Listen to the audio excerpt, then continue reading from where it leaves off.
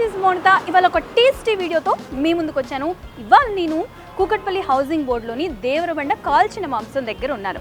ఇది దాదాపు 300 years back రాయలసీమలో స్టార్ట్ అయిన రెసిపీ అంట.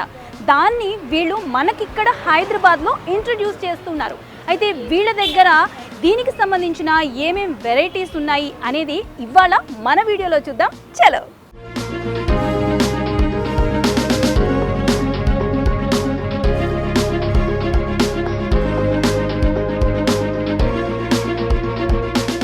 మనతో పాటు ఓనర్ పుష్పలత గారు ఉన్నారు. ఆవిడని అడిగి మరిన్ని విషయాలు తెలుసుకుందాం. నమస్కారం అమ్మ. చెప్పండి అమ్మా, ఇది ఎప్పుడు స్టార్ట్ చేశారు మీరు? ఇది 1 year బ్యాక్ చేసామండి.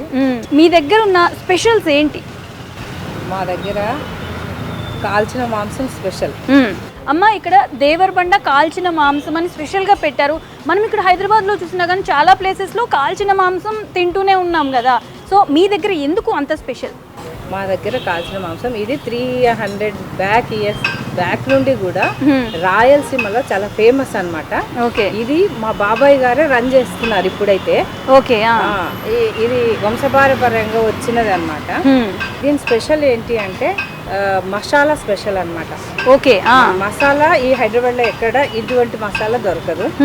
ఈ మసాలా ఏంటంటే మేమే స్వయంగా ఎండుమిర్చి ఇవన్నీ పట్టించి ప్రతిదీ కూడా ఇంట్లోనే స్వయంగా చేస్తాం మేము. ఓకే.